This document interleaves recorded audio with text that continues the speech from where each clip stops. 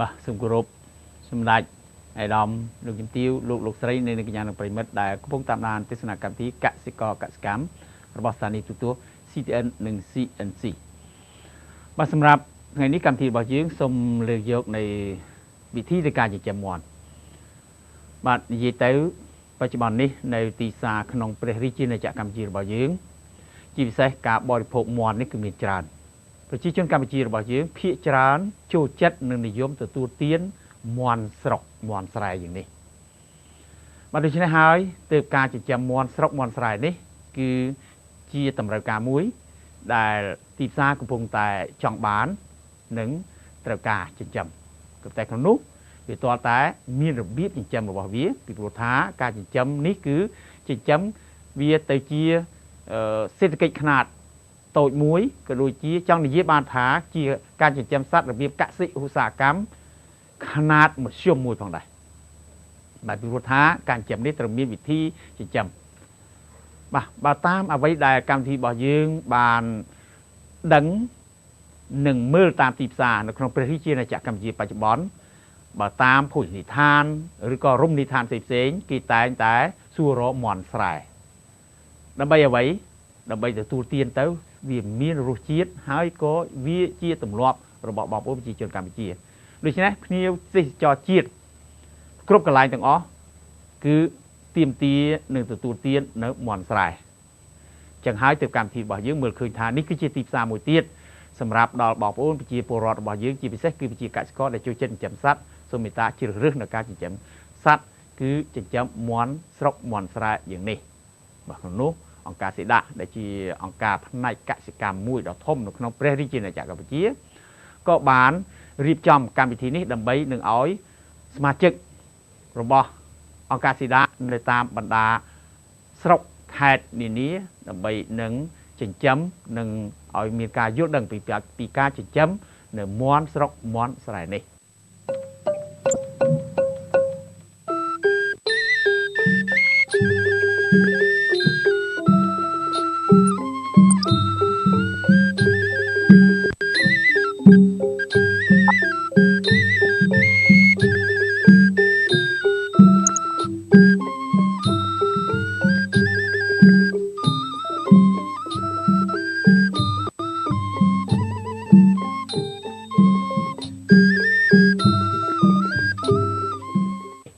ទៀតប្រិយមិត្តទស្សនិកជននឹងបានជួបជាមួយនឹងជំនាញរបស់អង្គការសេដាពីរឿងការចិញ្ចឹមមាន់ស្រែតើរបៀបចិញ្ចឹមយ៉ាងណាហើយមានវិធីចិញ្ចឹមរបៀបណាដែរនោះសូមរងចាំទេសនា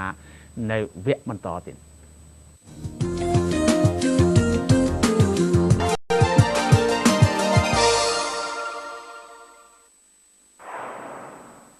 បាទប្រិយមិត្តទស្សនិកជន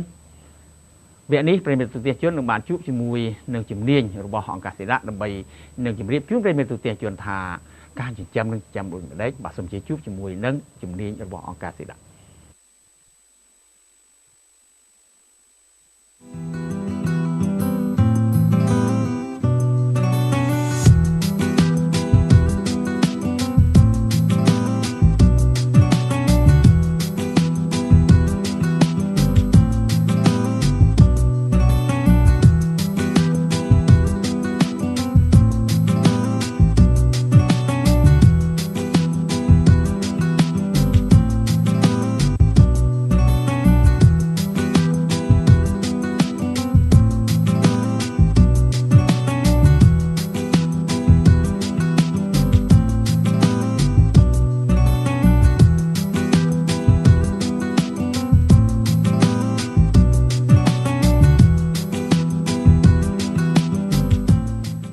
អ្នកចិញ្ចឹមមាន់គួរផ្លាស់ប្ដូរទម្លាប់ពីការឲ្យស្រូវអង្ករដោយបាចឲ្យស៊ីមកផ្ដល់ជាកន្ទក់ឬចុងអង្ករលាយជាមួយនឹងបន្លែបាយតងដូចជាត្រកួនចោបាយទាវិញព្រោះវាជួយសន្សំក៏ដូចជាជួយកាត់បន្ថយនៅការចំណាយរបស់អ្នកទៅលើចំណីហើយវាអាចជួយឲ្យមាន់របស់អ្នកលូតលាស់លឿននិងមានសុខភាពល្អ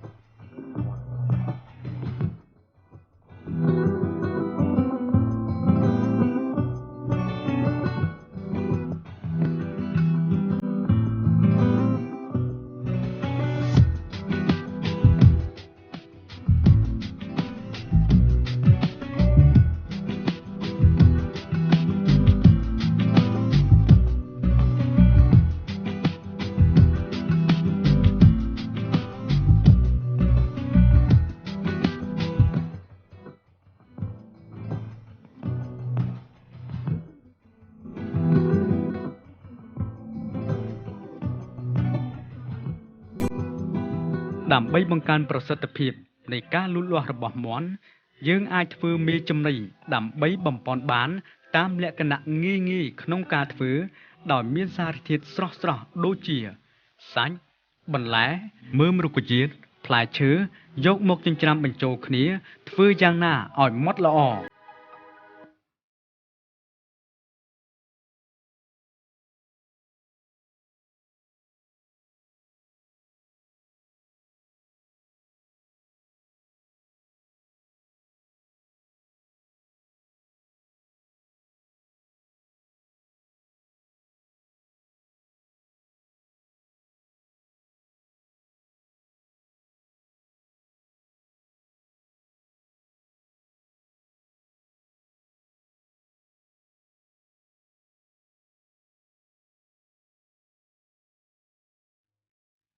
បន្ទាប់មកលាយជាមួយនឹងស្ករ1/3រួចច្របល់ឲ្យសព្វ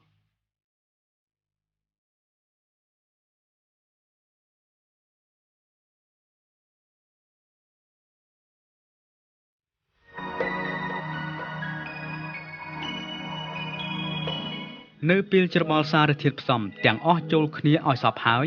យើងច្រកវាចូលក្នុងកែវរួចបិទឲ្យជិតរក្សាទុករយៈពេលយ៉ាងតិច15ថ្ងៃ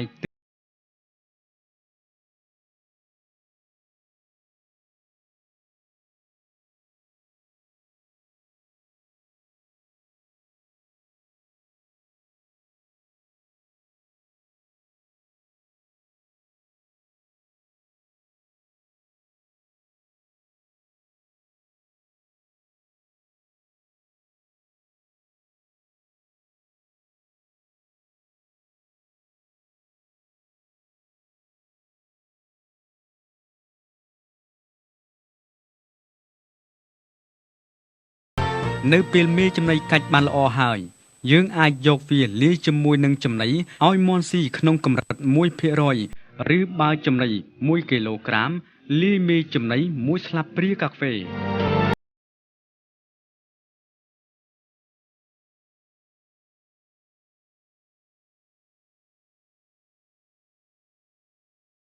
បាទទាំងអស់នេះនៅមិនទាន់អស់ទេទៀតបាទតិចទៀតយើងនឹងជួបគ្នានៅក្នុងវគ្គបញ្ចប់របស់យើងថាតើការថែទាំនឹងយ៉ាងដូចម្តេច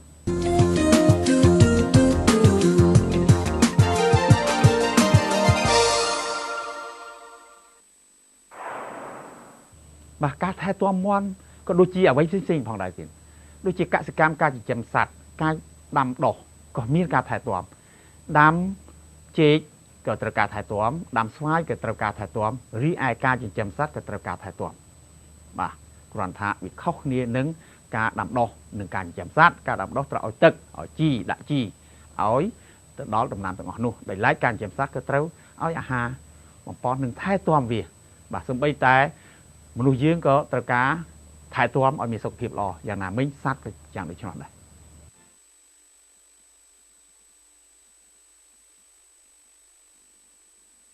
ជាទូទៅស្រមោលច្រើនកើតឡើងលើសម្បុកមាន់ជាពិសេសនៅពេលមាន់កំពុងក្រាបដូច្នេះដើម្បីកុំឲ្យមានស្រមោលកើតមានជាដំបូងមុនពេលមាន់ក្រាបពងយើងអាចប្រើសាវម៉ាវព្រៃស្លឹកស្ដៅស្លឹកគ្រៃស្លឹកស្មាច់ស្លឹកទៀបស្លឹកម្រះព្រៅស្លឹកកន្ទ្រៀងខែតឡាដាក់ត្រាំបាតមុនពេលដាក់ឲ្យមាន់ពង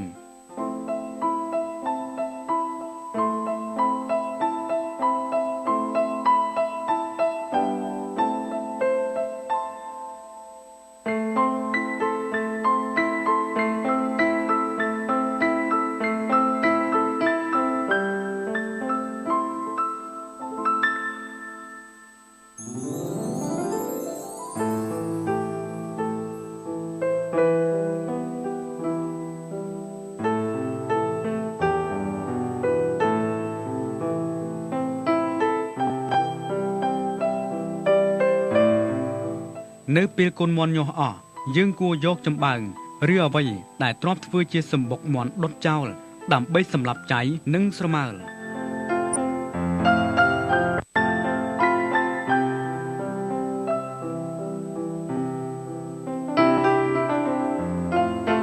បោសសម្អាតលាងទ្រុងស្នូកទឹកនិងស្នូកចំណីជាប្រចាំ ឧស្សាហ៍បោសសម្អាតលាមកមាន់ចេញពីទ្រុងព្រោះវាសម្បូរទៅដោយឧស្ម័នឈួលបណ្ដាលឲ្យរលាកសួតមាន់នៅពេលមានផ្ទុកជំងឺត្រូវប្រើកំបោរសលាងសម្លាប់មេរោគបំបត្តិប្រភពទឹកកខ្វក់នៅជុំវិញផ្ទះនិងទ្រុងមាន់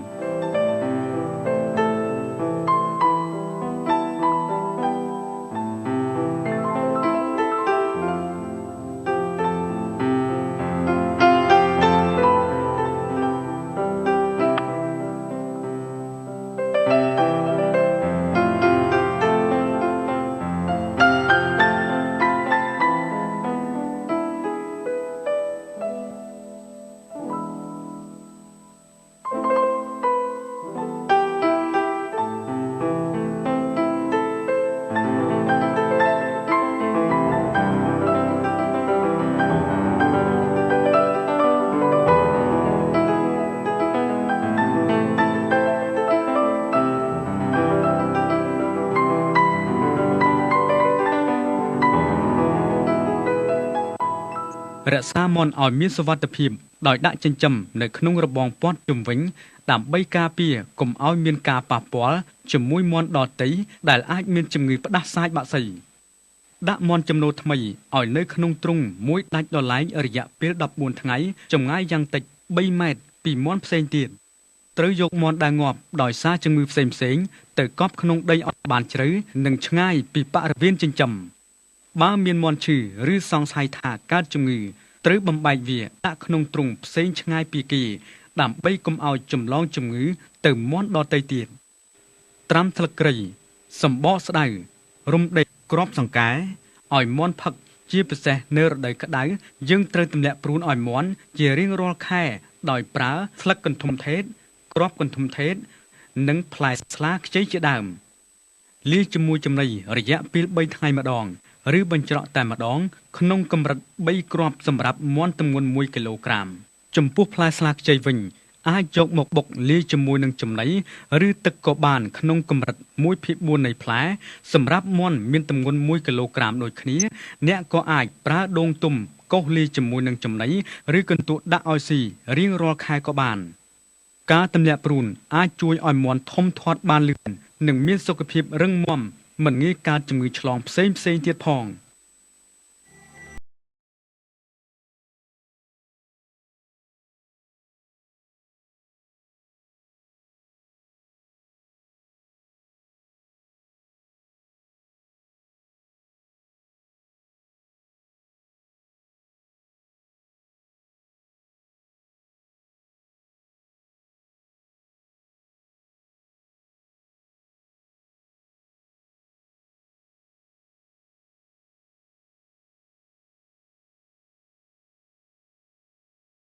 កំប៉ុស្តសម្រាប់បង្ការសត្វល្អិតជាចំណីមាន់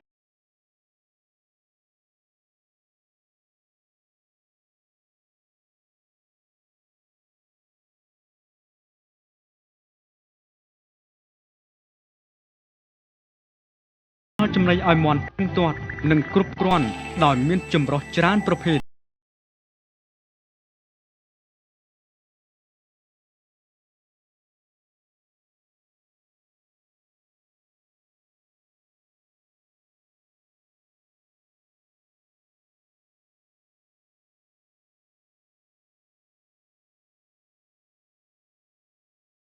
ប្រើថ្នាំការពារស្រមោលទ្រាប់បាតសម្បុក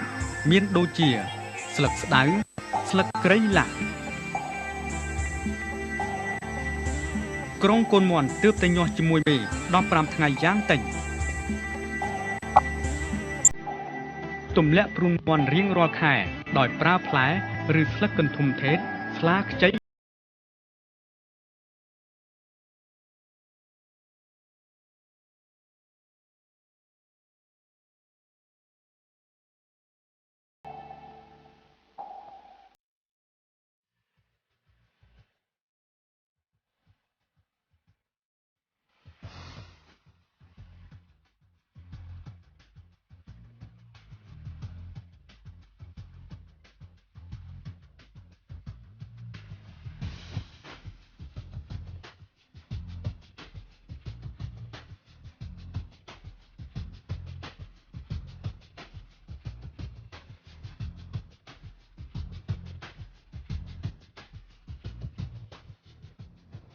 ប្រិមិត្តទស្សនិកជនបាទទាំងអស់នេះគឺជាការយល់ដឹងមួយទៀតផ្នែកការចិញ្ចឹមសត្វគឺចិញ្ចឹមមាន់ស្រុកនិងមាន់ស្រែដែលកម្មវិធីរបស់យើងជម្រាបជូនបាញ់នេះបាទប្រិមិត្តទស្សនិកជនអាចសិក្សានិងពិចារណាថាតើគួរចិញ្ចឹមនៅមាន់ស្រុកមាន់ស្រែនេះដើម្បីបង្កើនទីផ្សាររបស់យើងឲ្យកាន់តែមានច្រើនទៀតឬក៏យ៉ាងណាស្ដេចតែការវិនិច្ឆ័យរបស់បងប្អូនប្រជាពលរដ្ឋកំតែតាមកម្មវិធីរបស់យើងមើលឃើញថាទីផ្សារមាន់ស្រុកមាន់ស្រែនេះពិតជាមិនខ្វះទេទៀតបាទមិនខ្វះទេទៀតលោកអ្នកអាចរៀបចំដើម្បីនឹងចិញ្ចឹមក៏ដូចជាចង់តាក់ទងមកកម្មវិធីរបស់យើងបាទលេខទូរស័ព្ទមានស្រាប់និកជនអាចតាក់ទងមកកម្មវិធីរបស់យើងដើម្បីជំរាបសួរព័ត៌មានបន្ថែមឬក៏ត្រូវការឯកសារអ្វីផ្សេងៗយើងនឹងរៀបចំជូនបាទអរគុណកម្មវិធីយើងសន្មតចប់តែប៉ុណ្ណេះសន្យាវិលមកជួបជាថ្មីម្ដងទៀតនៅថ្ងៃស្អែកតាមទីវិទ្យាមនដដែលនៅពេលនេះខ្ញុំបាទសំជាយាសូមគោរពលាសូមអរគុណទៀត